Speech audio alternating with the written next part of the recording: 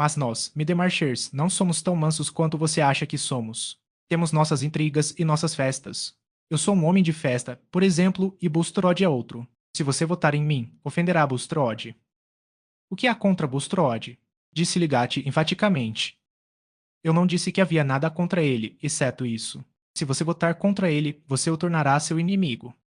Não sei se preciso pensar nisso, disse Ligate com bastante orgulho, mas ele parece ter boas ideias sobre hospitais e gasta grandes somas em objetos públicos úteis.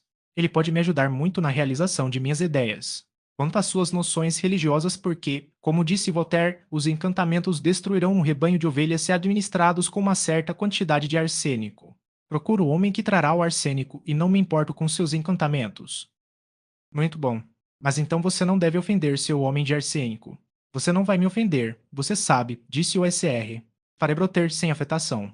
Eu não traduzo minha própria conveniência nos deveres de outras pessoas. Eu me oponho a Bulstrode de várias maneiras. Não gosto do conjunto ao qual ele pertence. Eles são um grupo estreito e ignorante e fazem mais para deixar seus vizinhos desconfortáveis do que para torná-los melhores. Seu sistema é uma espécie de panelinha mundana espiritual. Eles realmente olham para o resto da humanidade como uma carcaça condenada que deve alimentá-los para o céu. Mas, acrescentou, sorrindo, não digo que o novo hospital de Bulstrode seja uma coisa ruim, e quanto ao seu desejo de me expulsar do antigo ora, se ele me acha um sujeito travesso, ele está apenas retribuindo um elogio. E eu não sou um clérigo modelo, apenas um improvisado decente. Igate não tinha certeza de que o vigário se difamava. Um clérigo modelo, como um médico modelo, deve pensar que sua própria profissão é a melhor do mundo e tomar todo o conhecimento como mero alimento para sua patologia moral e terapêutica. Ele apenas disse: que razão Bulstrode dá para substituí-lo? Que eu não ensino suas opiniões que ele chama de religião espiritual e que não tenho tempo a perder. Ambas as afirmações são verdadeiras. Mas então eu poderia arranjar tempo e ficaria feliz com as 40 libras. Esse é o fato claro do caso. Mas vamos descartá-lo. Eu só queria lhe dizer que se você votar no seu homem do arsênico, você não deve me cortar em consequência. Eu não posso te poupar. Você é uma espécie de circunnavegador que veio se estabelecer entre nós e manterá minha crença nos antípodas. Agora conte-me tudo sobre eles em Paris. Capítulo 18. O Senhor, as maiores esperanças da terra desenhe sortes com esperanças mais mesquinhas. Seios heróicos respirando ar ruim, corra o risco de pestilência, ou, na falta de suco de limão quando cruzam a linha, podem definhar com escorbuto. Algumas semanas se passaram depois dessa conversa antes que a questão da capelania reunisse qualquer importância prática para Ligate e, sem dizer a si mesmo o motivo, ele adiou a predeterminação de que lado deveria votar. Teria sido realmente uma questão de total indiferença para ele isto, ele teria tomado o lado mais conveniente e dado seu voto pela nomeação de Kik sem qualquer hesitação se ele não tivesse se importado pessoalmente com o SR. Fargroter. Mas seu gosto pelo vigário de ST. Ottos cresceu com o conhecimento crescente e, entrando na posição de Ligate como um recém-chegado que tinha seus próprios objetivos profissionais a garantir, o SR. Farebroter deveria ter se esforçado mais para alertar do que para obter seu interesse, mostrou uma delicadeza e generosidade incomuns, as quais a natureza de Ligate estava viva. Acompanhava outros pontos de conduta do SR. Farebroter que eram excepcionalmente bons e fazia seu caráter se assemelhar àquelas paisagens do sul que parecem divididas entre a grandeza natural e o desleixo social. Muito poucos homens poderiam ter sido tão filiais e cavalheirescos quanto ele foi para mãe, tia e irmã, cuja dependência dele moldou de muitas maneiras sua vida de maneira bastante desconfortável para si mesmo. Poucos homens que sentem a pressão de pequenas necessidades são tão nobremente resolutos em não vestir seus desejos inevitavelmente egoístas com um pretexto de melhores motivos. Nesses assuntos, ele estava consciente de que sua vida suportaria o escrutínio mais minucioso e talvez a consciência tenha encorajado um pouco de desafio ao rigor crítico de pessoas cujas intimidades celestiais pareciam não melhorar suas maneiras domésticas e cujos objetivos elevados não eram necessários para explicar suas ações. Então, sua pregação era engenhosa e concisa, como a pregação da igreja inglesa em sua era robusta, e seus sermões eram proferidos sem livro. Pessoas de fora de sua paróquia foram ouvi-lo, e, uma vez que encher a igreja sempre foi a parte mais difícil da função de um clérigo, aqui estava outro motivo para um senso descuidado de superioridade. Além disso, ele era um homem simpático, de temperamento doce, perspicaz, franco, sem sorrisos de amargura reprimida ou outros sabores de conversação que fazem de metade de nós uma afeição para nossos amigos. Igate gostava muito dele e desejava sua amizade. Com esse sentimento em primeiro lugar, ele continuou a renunciar à questão da capelania e a se persuadir de que não era apenas um negócio adequado para ele, mas provavelmente nunca o incomodaria com uma demanda por seu voto. Hidrate a pedido do SR. Ostrode estava traçando planos para os arranjos internos do novo hospital e os dois estavam frequentemente em consulta. O banqueiro sempre pressupôs que poderia contar em geral com Ligat como coadjutor, mas não fez nenhuma recorrência especial à decisão que se aproximava entre Tique e Farebroter. Quando o Conselho Geral da Enfermaria se reuniu, no entanto, Ligat soube que a questão da capelania foi lançada em um conselho de diretores e médicos para se reunir na sexta-feira seguinte. Ele teve a sensação irritada de que deveria se decidir sobre esse negócio trivial de Middlemarch. Ele não pôde deixar de ouvir dentro de si a declaração distinta de que Bulstrode era primeiro-ministro e que o caso Tic era uma questão de cargo ou não, e ele não pôde evitar uma antipatia igualmente pronunciada em desistir da perspectiva de um cargo, pois sua observação confirmava constantemente a garantia do SR, para broter de que o banqueiro não ignoraria a oposição. Confunda sua política mesquinha. Foi um de seus pensamentos por 3 manhãs no processo meditativo de barbear, quando ele começou a sentir que deveria realmente manter um tribunal de consciência sobre esse assunto. Certamente havia coisas válidas a serem ditas contra a eleição do SR. Para Broter, ele já tinha muito em suas mãos, especialmente considerando quanto tempo gastava em ocupações não clericais. Então, novamente, era um choque continuamente repetido, perturbando a estima de Ligate que o vigário obviamente jogasse por causa do dinheiro, gostando da peça de fato, mas evidentemente gostando de algum fim a que servia. O SR.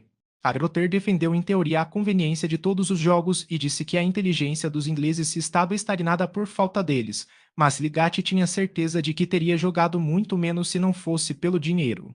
Havia uma sala de bilhar no Green Dragon que algumas mães e esposas ansiosas consideravam a principal tentação em Middlemarch. O vigário era um jogador de bilhar de primeira linha e, embora não frequentasse o Dragão Verde, havia relatos de que às vezes ele estava lá durante o dia e ganhava dinheiro. E quanto à capelania, ele não fingiu que se importava com ela, exceto por causa das 40 libras. Egate não era puritano, mas não se importava com o jogo, e ganhar dinheiro com isso sempre lhe parecera uma mesquinhez. Além disso, ele tinha um ideal de vida que tornava essa subserviência de conduta para ganhar pequenas quantias completamente odiosa para ele. Até então, em sua própria vida, suas necessidades haviam sido supridas sem nenhum problema para si mesmo, e seu primeiro impulso sempre foi ser liberal com meias coroas como assunto sem importância para um cavalheiro. Nunca ia ocorrer elaborar um plano para obter meias coroas. Ele sempre soube de uma maneira geral que não era rico, mas nunca se sentiu pobre e não tinha poder para imaginar o papel que a falta de dinheiro desempenha na determinação das ações dos homens. O dinheiro nunca foi um motivo para ele. Portanto, ele não estava pronto para inventar desculpas para essa busca deliberada de pequenos ganhos. Era totalmente repulsivo para ele, e ele nunca entrou em nenhum cálculo da relação entre a renda do vigário e suas despesas mais ou menos necessárias. Era possível que ele não tivesse feito tal cálculo em seu próprio caso.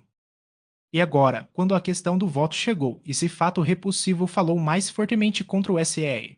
Farbroter do que antes.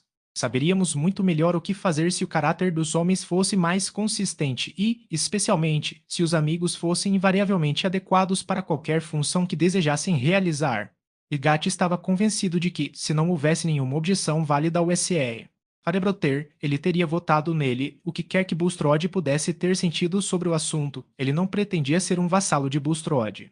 Por outro lado, havia Tiki, um homem inteiramente dedicado ao seu ofício clerical, que era simplesmente pároco em uma capela de facilidade na paróquia de São Pedro e tinha tempo para tarefas extras. Ninguém tinha nada a dizer contra o SR. Tiki, exceto que eles não podiam suportá-lo e suspeitavam que ele fosse falso. Realmente, do seu ponto de vista, Bulstrode estava totalmente justificado. Mas para onde quer que Lidiate começasse a se inclinar, havia algo para fazê-lo estremecer, e sendo um homem orgulhoso, ele estava um pouco exasperado por ser obrigado a estremecer. Ele não gostava de frustrar seus melhores propósitos ao se dar mal com Bulstrode. Ele não gostava de votar contra Farebroter e ajudar a privá-lo de funções e salários. E surgiu a questão de saber se as 40 libras adicionais não poderiam deixar o vigário livre daquele cuidado ignóbil em ganhar nas cartas. Além disso, Lidiate não gostava da consciência de que, ao votar em Tiki, ele deveria votar no lado obviamente conveniente para si mesmo. Mas o fim seria realmente sua própria conveniência? Outras pessoas diriam isso e alegariam que ele estava bajulando Bulstrode para se tornar importante e progredir no mundo. O que então? Ele, por sua vez, sabia que, se suas perspectivas pessoais estivessem simplesmente preocupadas, ele não teria se importado nem um pouco com a amizade ou inimizade do banqueiro. O que ele realmente se importava era um meio para seu trabalho, um veículo para suas ideias, e, afinal, ele não estava fadado a preferir o objetivo de conseguir um bom hospital, onde pudesse demonstrar as distinções específicas de febre e testar resultados terapêuticos, antes de qualquer outra coisa relacionada a essa capelania. Pela primeira vez, Lidati estava sentindo a pressão de pequenas condições sociais e sua complexidade frustrante. No final de seu debate interior, quando partiu para o hospital, sua esperança estava realmente na chance de que a discussão pudesse de alguma forma dar um novo aspecto à questão e fazer a escala cair de modo a excluir a necessidade de votar. Acho que ele confiou um pouco também na energia gerada pelas circunstâncias, alguns se sentindo apressados calorosamente e facilitando a resolução, enquanto o debate a sangue frio só o tornou mais difícil. Seja como for, ele não disse claramente a si mesmo de que lado votaria, e o tempo todo ele estava interiormente ressentido com a sujeição que lhe fora imposta. Teria parecido de antemão uma peça ridícula de má lógica que ele, com suas resoluções sem mistura de independência e seus propósitos selecionados, se encontrasse desde o início nas garras de alternativas mesquinhas, cada uma das quais era repugnante para ele. Nos aposentos de seu aluno, ele havia pré-arranjado sua ação social de maneira bem diferente. Diglatti demorou a partir, mas o Dr. Sprague, os outros dois cirurgiões e vários dos diretores chegaram cedo, o Sr. Bulstrode, tesoureiro e presidente, estava entre os que ainda estavam ausentes.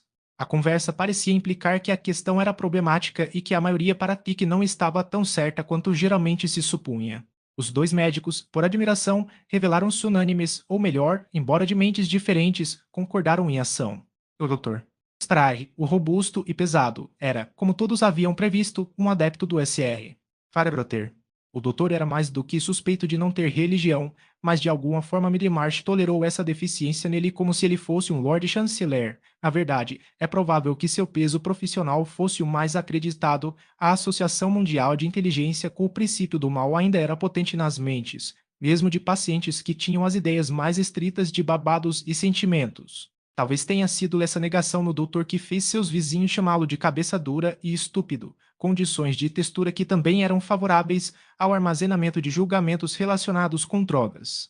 De qualquer forma, é certo que se algum médico tivesse chegado a Middlemarch com a reputação de ter visões religiosas muito definidas, de ser dado à oração e de mostrar uma piedade ativa, haveria uma presunção geral contra sua habilidade médica.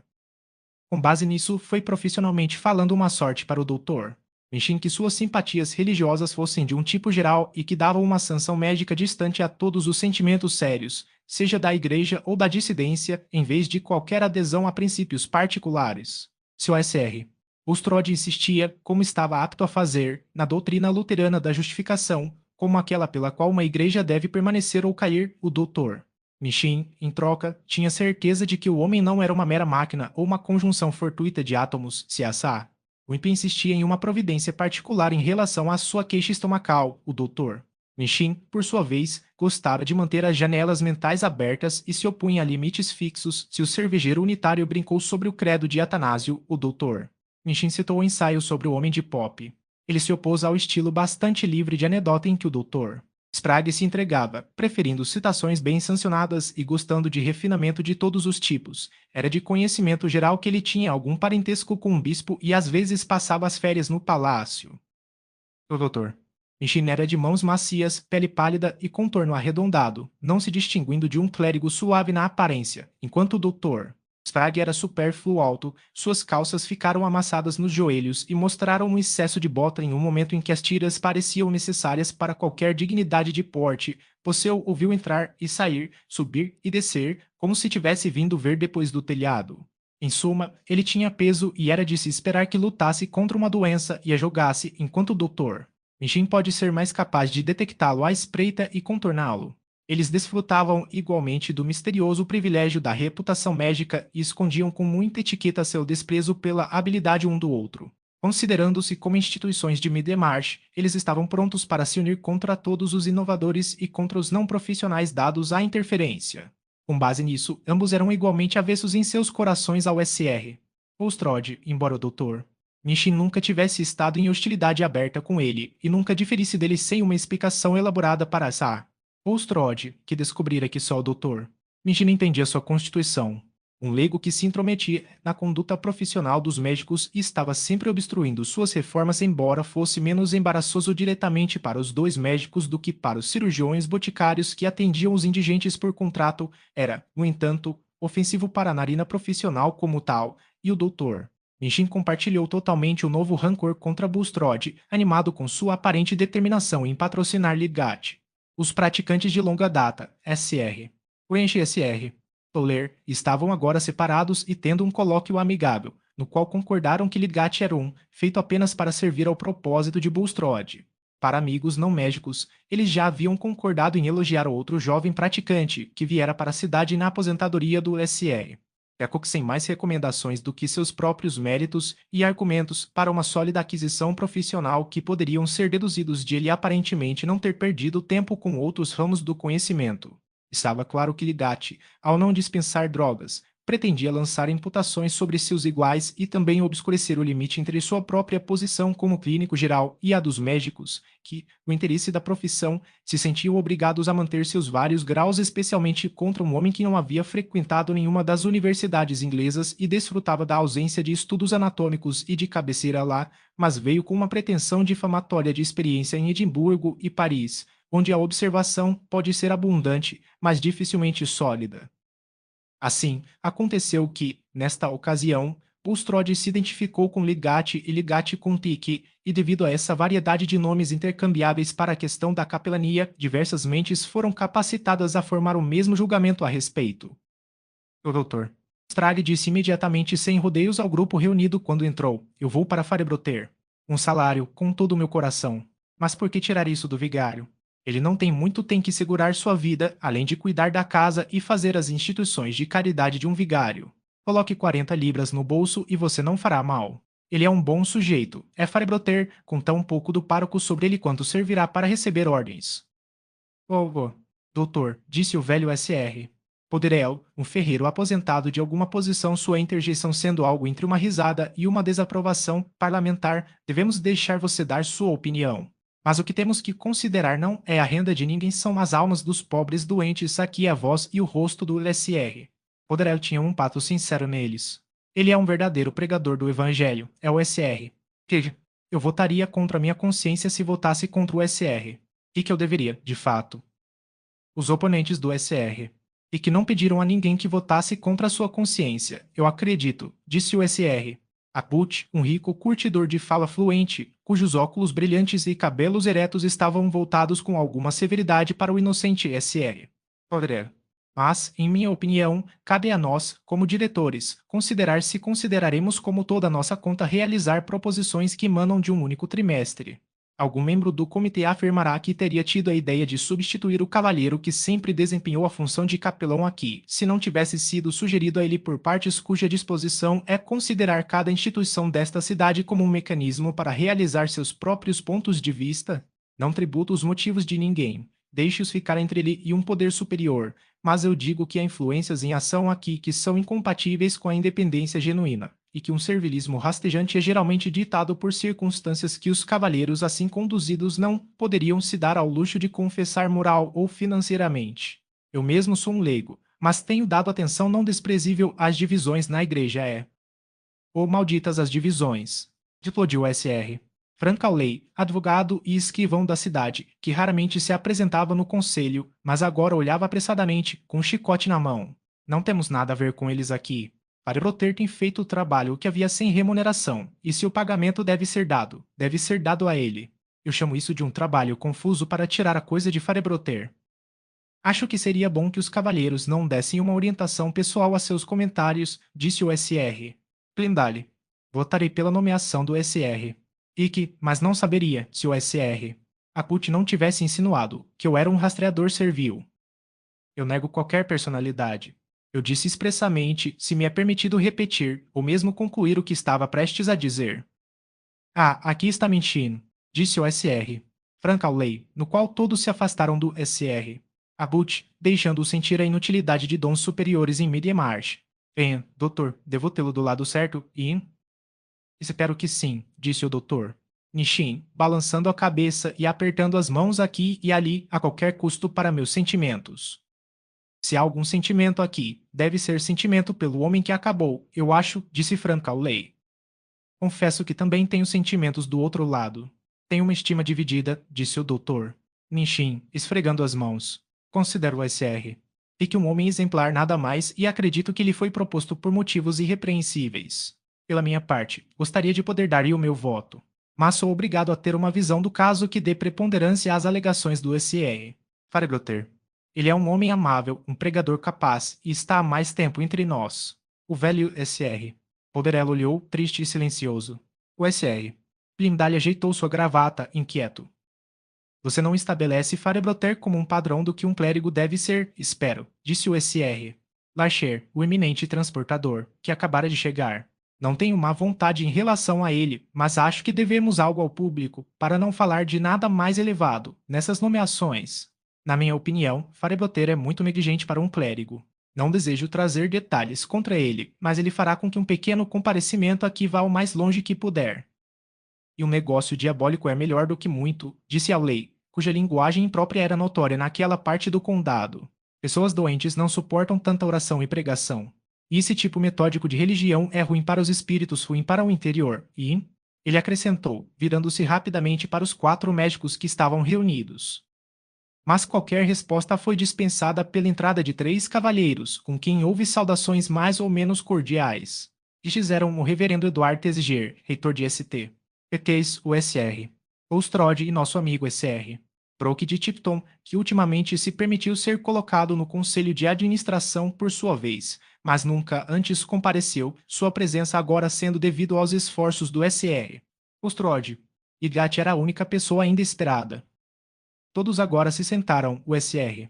Oustrode presidindo, pálido e autocontido como de costume. O SR. Exiger um evangélico moderado, desejava a nomeação de seu amigo SR. E que, um homem zeloso e capaz que, oficiando em uma capela de facilidade, não tinha uma cura de almas muito extensa para deixá-lo tempo suficiente para o novo dever. Era desejável que capelanias desse tipo fossem realizadas com uma intenção fervorosa. Eram oportunidades peculiares de influência espiritual, e embora fosse bom que um salário fosse distribuído, havia mais necessidade de vigilância escrupulosa para que o cargo não fosse uma mera questão de salário. Os modos do SR. Exiger tinham tanta propriedade silenciosa que os opositores só podiam ferver em silêncio. O SR. Broke acreditava que todos tinham boas intenções no assunto. Ele próprio não cuidava dos assuntos da enfermaria, embora tivesse um forte interesse em tudo o que fosse para o benefício de Middlemarch, e ficava muito feliz em encontrar os cavalheiros presentes em qualquer questão pública, qualquer questão pública. Você sabe, repetiu o SR. Broke, com seu aceno de perfeita compreensão. Sou muito ocupado como magistrado e na coleta de provas documentais, mas considero meu tempo à disposição do público e, em suma, meus amigos me convenceram de que um capelão com um salário, você sabe, é uma coisa muito boa e estou feliz por poder vir aqui e votar pela nomeação do SR. Que, eu entendo, é um homem irrepreensível, apostólico e eloquente e tudo desse tipo e eu sou o último homem a reter meu voto nessas circunstâncias, você sabe.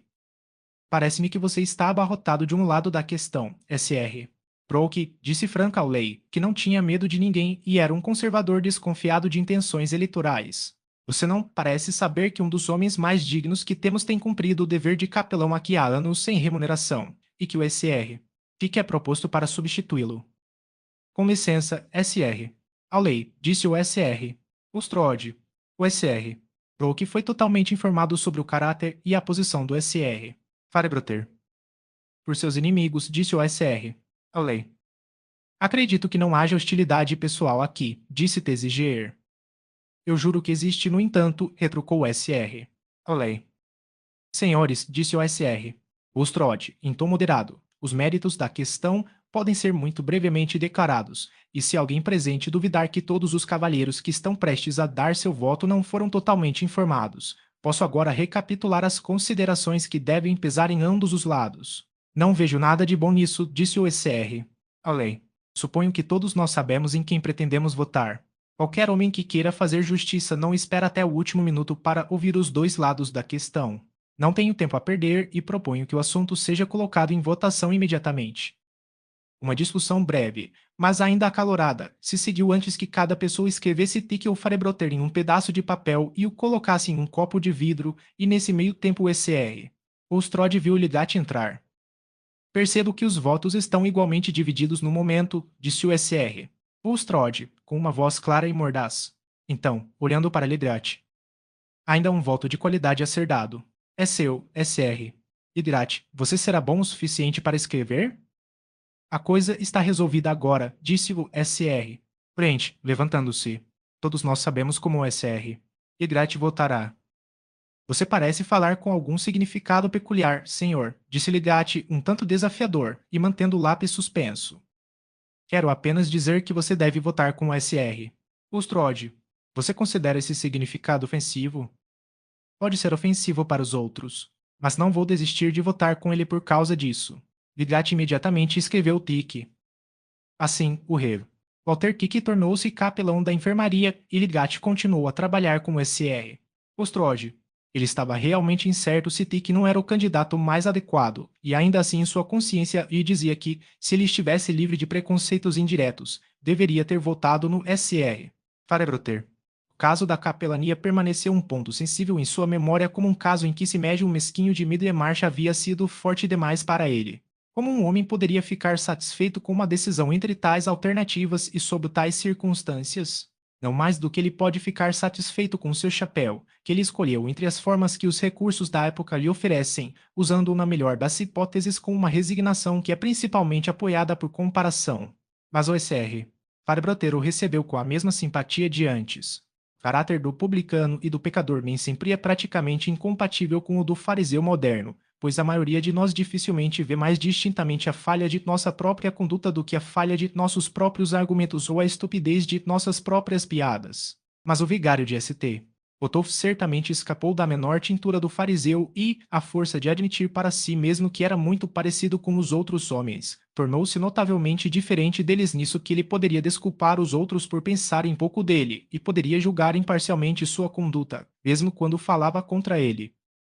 O mundo tem sido forte demais para mim, eu sei, disse-lhe um dia a Ligat. Mas então eu não sou um homem poderoso, nunca serei um homem de renome. A escolha de Hércules é uma bela fábula, mas Pródico facilita o trabalho do herói, como se as primeiras resoluções fossem suficientes. Outra história diz que ele veio segurar a roca e, por fim, vestiu a camisa de Nessus. Suponho que uma boa resolução pode manter um homem certo se a determinação de todos os outros o ajudarem. A palestra do vigário nem sempre foi inspiradora. Ele escapou de ser fariseu, mas não escapou daquela baixa estimativa de possibilidades a que chegamos apressadamente como uma inferência de nosso próprio fracasso. Vigat achava que havia uma lamentável enfermidade de vontade no SR. Farebroter. Capítulo 19. O outro você vê o que ele fez com a bochecha da palma da mão, suspirando, cama. Purgatório, vi. Quando George IV ainda reinava sobre as privações de Windsor, quando o Duque de Wellington era primeiro-ministro e o SR. Vince era prefeito da antiga corporação em Middlemarch, Assá. Casal bom, nascida Dorothea Brooke, fez sua viagem de casamento a Roma. Naqueles dias, o mundo em geral era mais ignorante do bem e do mal por 40 anos do que atualmente. Os viajantes não costumavam carregar informações completas sobre a arte cristã, seja na cabeça ou no bolso, e até mesmo o mais brilhante crítico inglês da época confundiu o túmulo florido da Virgem acendida com um vaso ornamental devido à fantasia do pintor. O romantismo, que ajudou a preencher alguns espaços em branco com amor e conhecimento, ainda não havia penetrado nos tempos com seu fermento e entrado na comida de todos. Ainda estava fermentando como um entusiasmo vigoroso distinguido em certos artistas alemães de cabelos compridos em Roma, e os jovens de outras nações que trabalhavam ou ficavam ociosos perto deles às vezes eram pegos no movimento que se espalhava. Certa manhã, um jovem cujo cabelo não era imoderadamente longo, mas abundante e encaracolado, e que era inglês em seu equipamento, acabara de virar as costas para o belvedere torso no Vaticano e estava olhando para a magnífica vista das montanhas do vestíbulo redondo adjacente. Ele estava suficientemente absorto para não notar a aproximação de um alemão animado de olhos escuros que se aproximou dele e, colocando a mão em seu ombro, disse com um forte sotaque: "Vem aqui, rápido. Caso contrário, ela terá mudado de pose."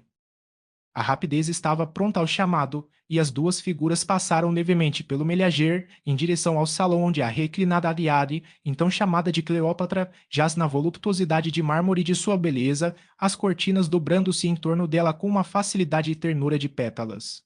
Eles chegaram bem a tempo de ver outra figura de pé contra um pedestal perto do mármore reclinado, uma garota florescendo respirando, cuja forma, não envergonhada pela Ariadne, estava vestida com cortina cinza quaqueriche, seu longo manto, preso no pescoço, foi jogado para trás de seus braços, e uma bela mão sem luvas acariciou sua bochecha, empurrando um pouco para trás o gorro branco de castor que fazia uma espécie de auréola em seu rosto ao redor do cabelo castanho escuro simplesmente trançado. Ela não estava olhando para a escultura, provavelmente não pensando nela. Seus grandes olhos estavam fixos sonhadoramente em um raio de sol que caía no chão. Mas ela se deu conta dos dois estranhos que de repente pararam como se fossem contemplar a Cleópatra e, sem olhar para eles, imediatamente se viraram para se juntar a uma criada e mensageiro que estavam vagando pelo corredor a uma pequena distância. O que você acha disso para um belo pedaço de antítese? Disse o alemão, procurando no rosto de seu amigo por admiração em resposta, mas continuando volúvel sem esperar por qualquer outra resposta. Lá jaz a beleza antiga, não como um cadáver mesmo na morte, mas presa no completo contentamento de sua perfeição sensual, e aqui está a beleza em sua vida que respira, com a consciência dos séculos cristãos em seu seio. Mas ela deveria estar vestida de freira. Acho que ela parece quase o que você chama de quaquer. Eu a vestia como uma freira na minha foto. No entanto, ela é casada, eu vi sua aliança de casamento naquela maravilhosa mão esquerda, caso contrário, eu teria pensado que o pálido Gistlicher era seu pai. Eu vi se separando dela há um bom tempo, e agora mesmo eu a encontrei naquela pose magnífica. Apenas pense. Ele talvez seja rico e gostaria de ter seu retrato tirado. Ah, não adianta cuidar dela, lá vai ela. Vamos segui-la para casa. Não, não, disse seu companheiro, com uma pequena carranca. Você é singular, Ladislau. Vocês parecem impressionados. Você a conhece? Eu sei que ela é casada com meu primo, disse Will Ladislau, passeando pelo corredor com um ar preocupado, enquanto seu amigo alemão se mantinha ao seu lado e o observava ansiosamente. O quê? O Gestlicher. Ele se parece mais com um tio, um tipo de relação mais útil. Ele não é meu tio. Eu lhe digo que ele é meu primo de segundo grau, disse Ladislau, com alguma irritação. Sun, não seja mal-humorado. Você não está zangado comigo por pensar que a prima de segundo grau é a jovem Madonna mais perfeita que já vi? Com raiva. Disparate. Eu só a vi uma vez antes, por alguns minutos, quando meu primo a apresentou a mim, pouco antes de eu deixar a Inglaterra. Eles não eram casados então. Eu não sabia que eles estavam vindo para Roma. Mas você vai vê-los agora, você vai descobrir o que eles têm como endereço já que você sabe o nome. Vamos para o poço. E você poderia falar sobre o retrato. Confunda você, Naumann. Não sei o que devo fazer. Eu não sou tão descarado quanto você. Ah, isso é porque você é diletante e amador. Se você fosse um artista, pensaria na senhora-prima de segundo grau como uma forma antiga animada pelo sentimento cristão, uma espécie de Antígona cristã força sensual controlada pela paixão espiritual. Sim, e que sua pintura foi o principal resultado de sua existência, a divindade passando para uma completude mais elevada e quase exausta no ato de cobrir seu pedaço de tela. Eu sou amador, se você quiser, eu não acho que todo o universo está se esforçando para o significado obscuro de suas fotos. Mas minha querida, na medida em que está se esforçando através de mim, Adolf Naumann, isso permanece firme, disse o pintor bem-humorado, colocando a mão no ombro de Ladislau e nem um pouco perturbado pelo toque inexplicável de mau humor em seu tom. Veja agora. Minha existência pressupõe a existência de todo o universo, não é? E minha função é pintar, e como pintor tenho uma concepção que é totalmente genialis, de sua tia-avó ou segunda-avó como tema para um quadro. Portanto, o universo está se esforçando em direção a esse quadro por meio daquele gancho ou garra particular que ele apresenta na forma de mim, não é verdade? Mas e se outra garra na minha forma estiver se esforçando para impedi-la? De jeito nenhum, o resultado da luta é a mesma coisa imagem ou nenhuma imagem logicamente. Will não resistiu a esse temperamento imperturbável, e a nuvem em seu rosto se transformou em uma gargalhada ensolarada. Bem agora, meu amigo, você vai ajudar?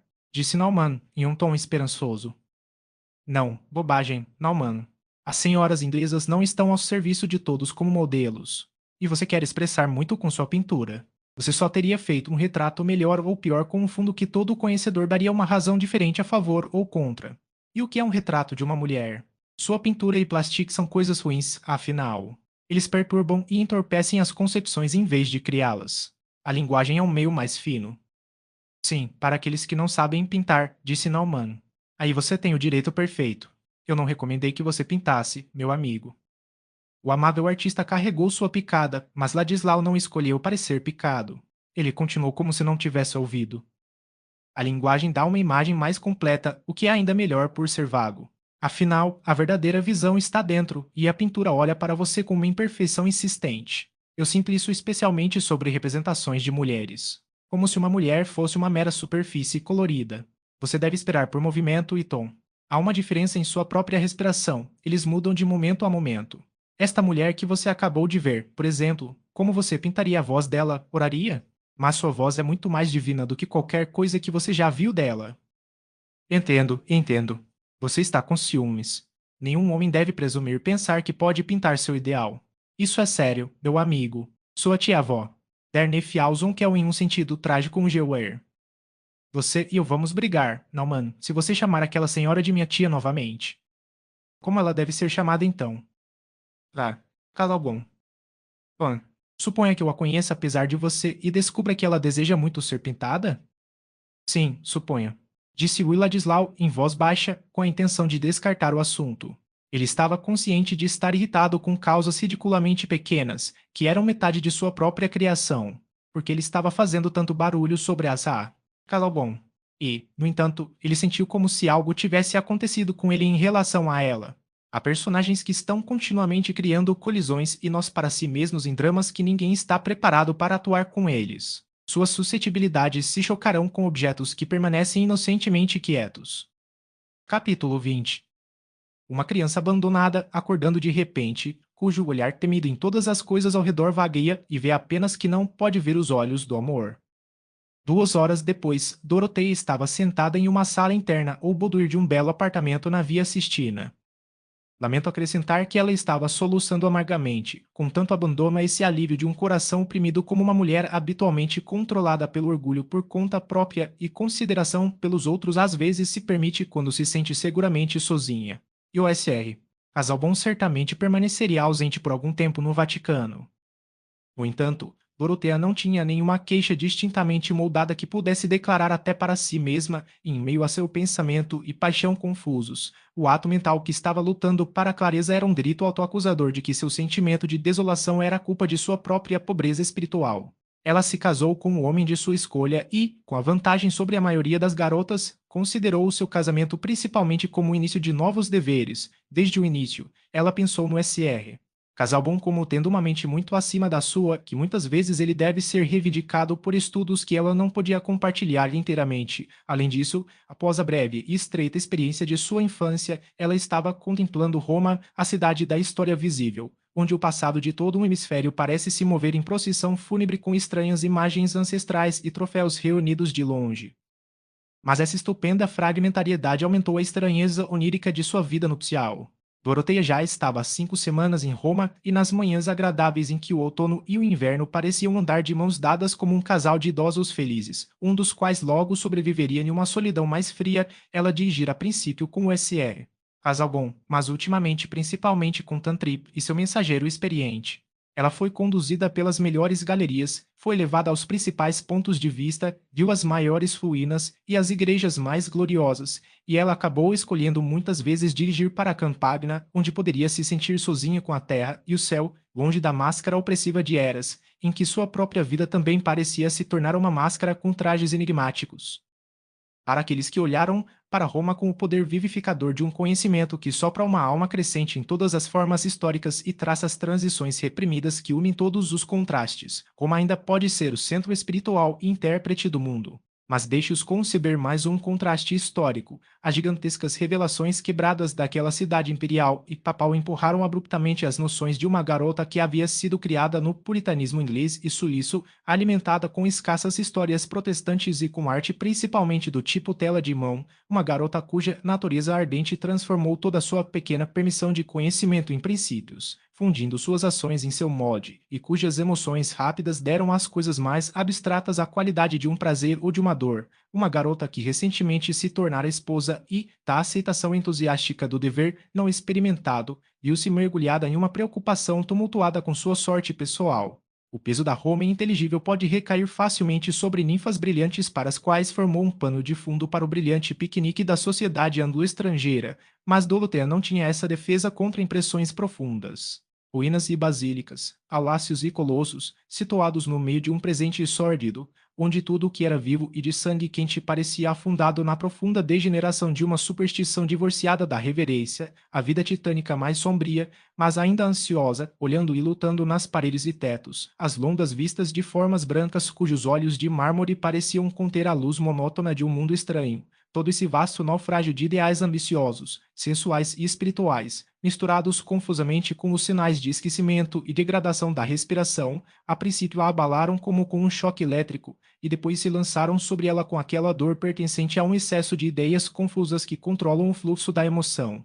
Formas pálidas e brilhantes tomaram posse de seu sentido jovem e se fixaram em sua memória mesmo quando ela não estava pensando nelas, preparando estranhas associações que permaneceram durante seus anos posteriores. Nossos humores tendem a trazer consigo imagens que se sucedem como as imagens de lanternas mágicas de um cochilo. Em certos estados de desamparo enfadonho, Doroteia durante toda a sua vida continuou a ver a vastidão de São Pedro, o enorme do céu de bronze, a intenção excitada nas atitudes e vestes dos profetas e evangelistas nos mosaicos acima, e a cortina vermelha que estava sendo pendurada para o Natal se espalhando por toda parte como uma doença da retina.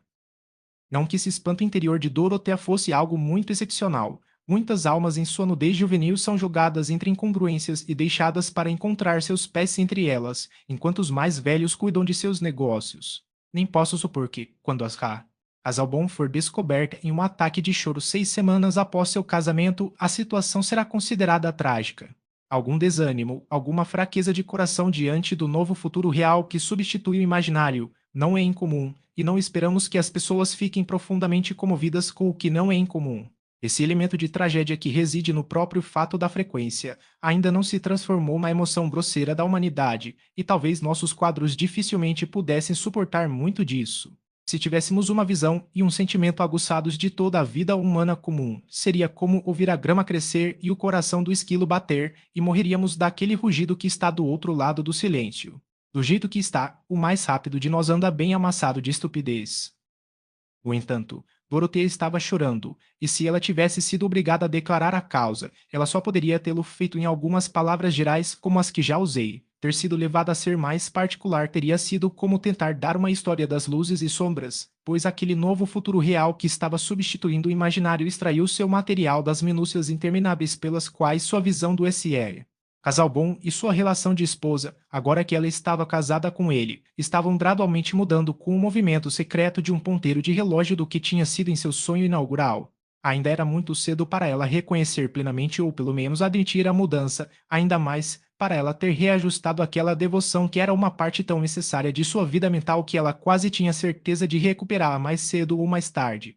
A rebelião permanente, a desordem de uma vida sem alguma resolução amorosa e reverente não era possível para ela, mas ela estava agora em um intervalo em que a própria força de sua natureza aumentava sua confusão. Dessa forma, os primeiros meses de casamento costumam ser momentos de tumulto crítico, seja de uma piscina de camarão ou de águas mais profundas que depois se transforma em paz alegre. Mas o SR. Azabon não era tão erudito quanto antes.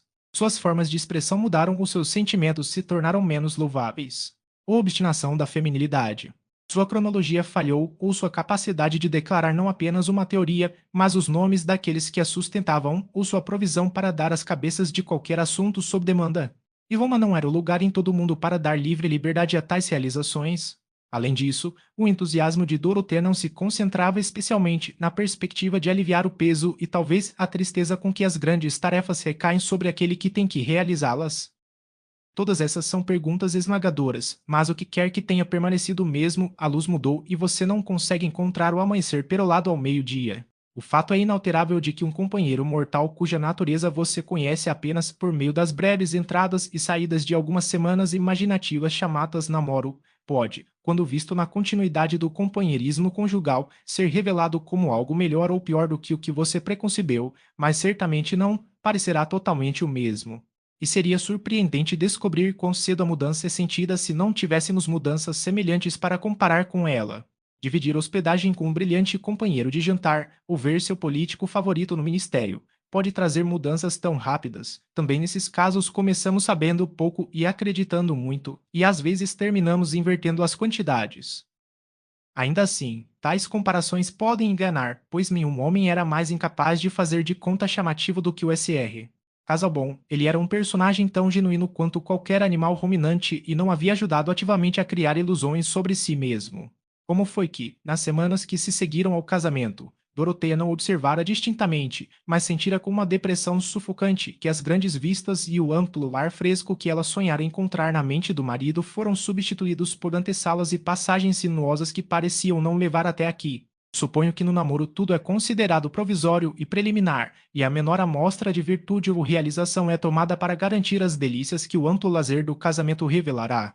Mas o peitoril da porta do casamento, uma vez cruzado, a expectativa está concentrada no presente. Tendo embarcado uma vez em sua viagem conjugal, é impossível não estar ciente de que você não abre caminho e que o mar não está à vista que, na verdade, você está explorando uma bacia fechada. Em sua conversa antes do casamento, o SR. Casalbon muitas vezes se debruçara sobre alguma explicação ou detalhe questionável do qual Dorotea não via importância, mas essa coerência imperfeita parecia devida ao rompimento de suas relações sexuais e, apoiada por sua fé em seu futuro, ela ouvia com fervorosa paciência uma recitação de possíveis argumentos a serem apresentados contra a visão inteiramente nova do SR. Casalbon sobre o deus filisteu Dagon e outras divindades de peixes, pensando que daqui em diante ela veria esse assunto que o tocava tão perto do mesmo terreno elevado de onde, sem dúvida, se tornara tão importante para ele. Mais uma vez, a declaração natural e o tom de rejeição com que ele tratou o que para ela eram os pensamentos mais emocionantes foram facilmente explicados como pertencentes ao senso de pressa e preocupação que ela mesma compartilhou durante o noivado. Mas agora, desde que eles estiveram em Roma, com todas as profundezas de sua emoção despertadas para uma atividade tumultuada, e com a vida transformada em um novo problema por novos elementos, ela estava se tornando cada vez mais consciente, com certo terror, de que sua mente estava continuamente deslizando para ataques internos de raiva e repulsa, ou então para um cansaço desamparado. Até que ponto a judiciosa ou qualquer outro herói de erudição teria sido o mesmo na época da vida do SR? Casabon, ela não tinha meios de saber, de modo que ele não poderia ter a vantagem da comparação, mas a maneira de seu marido comentar sobre os objetos estranhamente impressionantes ao seu redor começou a afetá-la com uma espécie de arrepio mental. Ele talvez tivesse a melhor intenção de se absolver dignamente, mas apenas de se absolver. O que estava fresco em sua mente estava desgastado para dele, e a capacidade de pensamento e sentimento que sempre havia sido estimulada nele pela vida geral da humanidade há muito encolheu para uma espécie de preparação seca, um embalsamamento sem vida de conhecimento. Quando ele disse, isso lhe interessa, Doroteia? Vamos ficar mais um pouco. Estou pronto para ficar se você quiser, pareceu ir que ir ou ficar eram igualmente sombrios. Ou, você gostaria de ir para Farnesina, Doroteia? Ele contém afrescos célebres projetados ou pintados por Rafael, que a maioria das pessoas acha que vale a pena visitar. Mas você se importa com eles? Era sempre a pergunta de Doroteia. Eles são, acredito, altamente estimados. Alguns deles representam a fábula de Cupido e Psique, que é provavelmente a invenção romântica de um período literário, e não pode, penso eu, ser considerada um produto mítico genuíno. Mas se você gosta dessas pinturas de parede, podemos facilmente dirigir até lá, e você então, eu acho, terá visto as principais obras de Rafael, qualquer uma das quais foi uma pena omitir em uma visita a Roma. Ele é o pintor que tem sido considerado para combinar a mais completa graça da forma com a sublimidade da expressão. Pelo menos essa é a opinião dos conhecedores. Esse tipo de resposta dada em tom oficial medido, como de um clérigo lendo de acordo com a rubrica, não ajudou a justificar as glórias da cidade eterna, ou a dar-lhe a esperança de que, se ela soubesse mais sobre elas, o mundo seria alegremente iluminado para ela. Dificilmente há contato mais deprimente para uma jovem criatura ardente do que o de uma mente em que anos cheios de conhecimento parecem ter surgido em uma vazia ausência de interesse ou simpatia. Em outros assuntos, de fato, o SR. Casalbon mostrou uma tenacidade de ocupação e uma ânsia que geralmente são consideradas como o efeito do entusiasmo, e Dorothée estava ansiosa para seguir essa direção espontânea de seus pensamentos, em vez de sentir que ela o arrastava para longe disso. Mas ela estava gradualmente deixando de esperar, com sua antiga e deliciosa confiança, que veria qualquer abertura ampla onde o seguisse. O próprio pobre SR.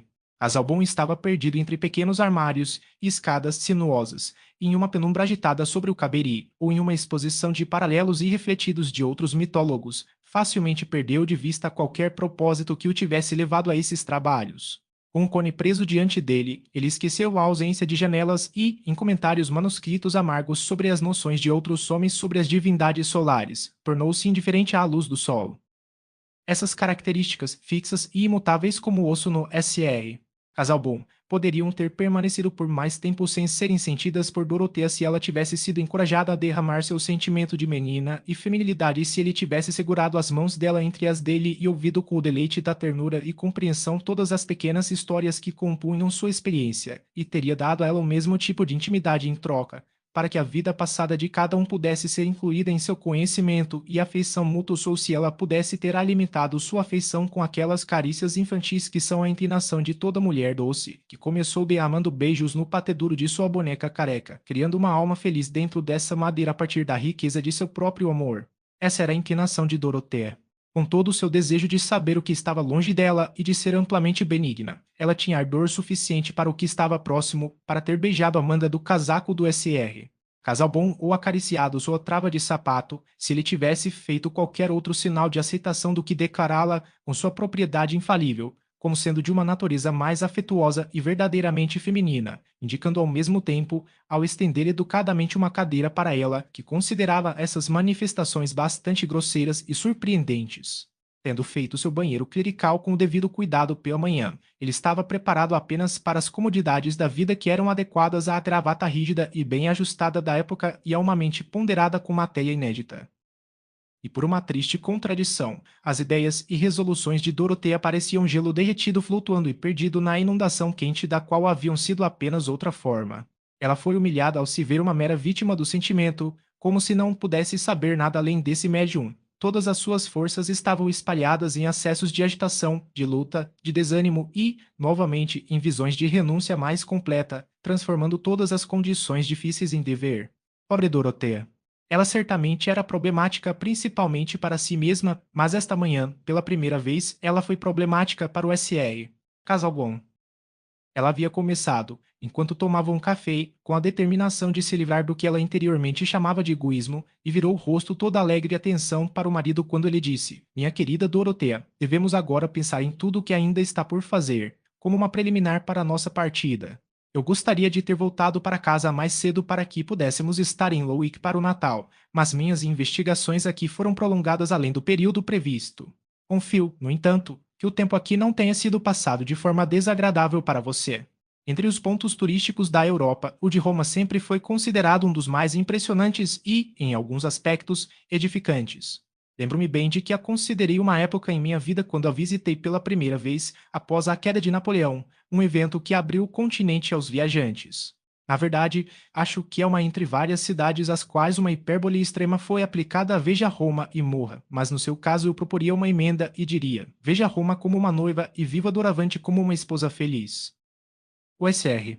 Azalbon pronunciou este pequeno discurso com a intenção mais conscienciosa, piscando um pouco e balançando a cabeça para cima e para baixo, e concluindo com um sorriso. Ele não achava o casamento um estado arrebatador, mas não tinha ideia de ser outra coisa senão um marido irrepreensível, que faria uma jovem encantadora tão feliz quanto ela merecia ser. Espero que você esteja completamente satisfeito com a nossa estadia, quero dizer, com o resultado no que diz respeito aos seus estudos, disse Dorothea, tentando manter a mente fixa no que mais afetava o marido. Sim, disse o SR. Casal bom, com aquele tom de voz peculiar que torna a palavra meio negativa. Fui levado mais longe do que havia previsto, e vários assuntos para anotação se apresentaram que, embora eu não tenha necessidade direta deles, não pude preter. A tarefa, apesar da assistência de meu amanuense, tem sido um tanto trabalhosa, mas sua sociedade felizmente me impediu daquela prossecução contínua demais do pensamento além das horas de estudo que tem sido a armadilha de minha vida solitária. Sou muito feliz que minha presença tenha feito alguma diferença para você, disse Dorothea, que tinha uma lembrança vívida de noites em que supunha que a mente do SR. Casalbon havia se aprofundado demais durante o dia para poder voltar à superfície. Temo que tenha havido um pouco de temperamento em sua resposta. Espero que, quando chegarmos a Lowick, eu seja mais útil para você e possa entrar um pouco mais no que lhe interessa. Sem dúvida, minha querida, disse o SR. Casalbon com uma leve reverência. As anotações que fiz aqui precisarão ser peneiradas, e você pode, se quiser, extraí-las sob minha direção. E todas as suas anotações, disse Dorotea, cujo coração já ardia dentro dela sobre esse assunto, de modo que agora ela não podia deixar de falar com a língua. Todas essas fileiras de volumes você não fará agora o que costumava falar? Você não decidirá que parte deles usará e começará a escrever o livro que tornará seu vasto conhecimento útil para o mundo? Vou escrever para o seu ditado, ou vou copiar e extrair o que você me diz. Não posso ser de outra utilidade. Dorotea, da maneira mais inexplicável e sombriamente feminina, terminou com um leve soluço e olhos cheios de lágrimas. O sentimento excessivo manifestado por si só teria sido altamente perturbador para o SR. Casal bom, mas havia outras razões pelas quais as palavras de Dorotea estavam entre as mais cortantes e irritantes para ele que ela poderia ter sido impelida a usar. Ela estava tão cega para os problemas internos dele quanto ele para os dela. Ela ainda não havia aprendido aqueles conflitos ocultos em seu marido que reivindicam nossa piedade. Ela ainda não ouvira pacientemente os batimentos cardíacos dele, mas apenas sentia que o seu próprio batia violentamente. No ouvido do SR. Casalbon, a voz de Dorotea deu uma alta iteração enfática àquelas sugestões abafadas de consciência que era possível explicar como mera fantasia a ilusão de sensibilidade exagerada. Sempre que tais sugestões são inequivocamente repetidas de fora, elas são resistidas como cruéis e injustas.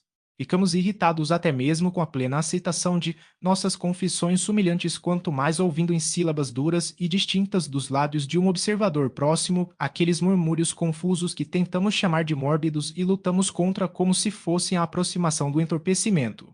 Esse acusador cruel estava lá na forma de uma esposa, ou melhor, de uma jovem noiva, que, em vez de observar seus abundantes arranhões de caneta e amplitude de papel com o temor acrítico de um canário de mente elegante, parecia se apresentar como uma espia observando tudo com um poder maligno de inferência. Aqui, em relação a esse ponto específico da bússola USR, Casalbon tinha uma sensibilidade que se igualava à de Dorotea e uma rapidez igual para imaginar mais do que o fato.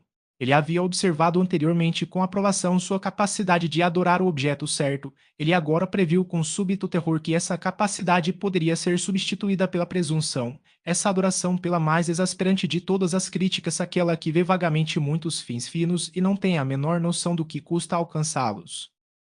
Pela primeira vez desde que Doroteu conheceu o rosto do SR, Casalbon teve um rápido rubor de raiva. Meu amor, disse ele, com irritação contida pela propriedade, você pode confiar em mim para conhecer os tempos e as estações, adaptados aos diferentes estágios de um trabalho que não deve ser medido pelas conjecturas fáceis de espectadores ignorantes. Tinha sido fácil para mim obter um efeito temporário por uma miragem de opinião infundada, mas é sempre a provação do explorador escrupuloso ser saudado com o desprezo impaciente de tagarelas que tentam apenas as menores realizações, não estando de fato equipados para nenhuma outra. E seria bom se todos pudessem ser admoestados a discriminar julgamentos cujo verdadeiro assunto está inteiramente fora de seu alcance, daqueles cujos elementos podem ser englobados por uma pesquisa estreita e superficial. Este discurso foi proferido com uma energia e prontidão bastante incomuns com o SR. Casalbon. Na verdade, não era inteiramente uma improvisação, mas havia tomado forma em um colóquio interno e saía correndo como os grãos redondos de uma fruta quando o calor repentino a quebra. Dorothea não era apenas sua esposa, ela era uma personificação daquele mundo superficial que cerca o autor apreciado ou desanimado. Dorothea ficou indignada por sua vez. Ela não estava reprimindo tudo em si mesma, exceto o desejo de entrar em alguma comunhão com os principais interesses de seu marido? Meu julgamento foi muito superficial como sou capaz de formar, respondeu ela, com um ressentimento imediato, que não precisava de ensaio. Você me mostrou as fileiras de cadernos, você sempre falou deles, você sempre disse que eles queriam digerir. Mas nunca ouvi você falar da escrita que será publicada. Esses eram fatos muito simples e meu julgamento não foi mais longe. Eu apenas implorei que você me deixasse ser de algum bem para você. Dorothea levantou-se para sair da mesa e o Sr. Casalbon não respondeu, pegando uma carta que estava ao lado dele como se quisesse relê-la. Ambos ficaram chocados com sua situação mútua que cada um deveria ter traído a raiva do outro. Se eles estivessem em casa, estabelecidos em Lowick na vida comum entre seus vizinhos, o confronto teria sido menos embaraçoso, mas em uma viagem de casamento, cujo objetivo expresso é isolar duas pessoas com o fundamento de que elas são todo mundo uma para a outra, a sensação de desacordo e, para dizer o mínimo, confuso e embrutecedor. Ter mudado extensivamente sua longitude e se colocado em uma solidão moral para ter pequenas explosões, para encontrar conversas difíceis e entregar um copo de água sem olhar, dificilmente pode ser considerado uma realização satisfatória mesmo para as mentes mais duras. Para a sensibilidade inexperiente de Dorothea, parecia uma catástrofe, mudando todas as perspectivas, e para o SR. Casalbon era uma dor nova. Ele nunca havia estado em uma viagem de casamento antes, ou se encontrado naquela união íntima que era mais uma sugestão do que ele era capaz de imaginar, já que essa jovem noiva encantadora não apenas o obrigava a muita consideração em seu nome que ele havia dado diligentemente, mas acabou sendo capaz de agitá-lo cruelmente exatamente onde ele mais precisava de calmante. Em vez de obter uma cerca suave contra o público frio, sombrio e sem aplausos de sua vida, ele apenas deu a ela uma presença mais substancial,